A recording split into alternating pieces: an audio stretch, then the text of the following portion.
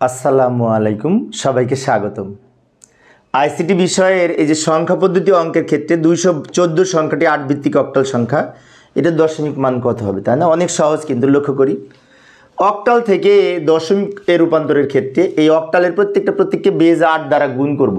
যেমন সমান লিখব, 2 লিখব, 2কে ভিত্তি 8 দ্বারা গুণ করবো, এরপর প্লাস দিব, 1 দিব, 1কেও ভিত্তি 8 দ্বারা গুণ করব, আবার প্লাস দিব, 4 লিখব, 4কেও ভিত্তি 8 দ্বারা গুণ করব। সবগুলিকে আমরা 8 দ্বারা গুণ করেছি, মাঝখানে প্লাস দিয়েছি। এইবার আমরা কি করব, পাওয়ার লিখব। এটি যেহেতু পূর্ণ সংখ্যা, তা ডান থেকে বাম দিকে পাওয়ার লিখতে লিখতে আসবো।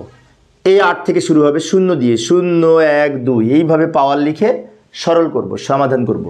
8কে পাওয়ার 2 করলে আমরা পাবো 28টা 64, তাকে 2 দিয়ে গুণ করলে 128 হবে, যোগ এই 8কে পাওয়ার 1 করলে আমরা পাবো 8, তাকে 1 দিয়ে গুণ করলে 8 একে 8, যোগ 8কে পাওয়ার 0 করলে আমরা পাবো 1, তাকে 4 দিয়ে গুণ করলে 4 একে 4। এবার সবগুলি যোগ করব। 128 আর 8 যোগ করলে 136 হয়, তার সাথে 4 যোগ করলে 140 হয়, 140 140।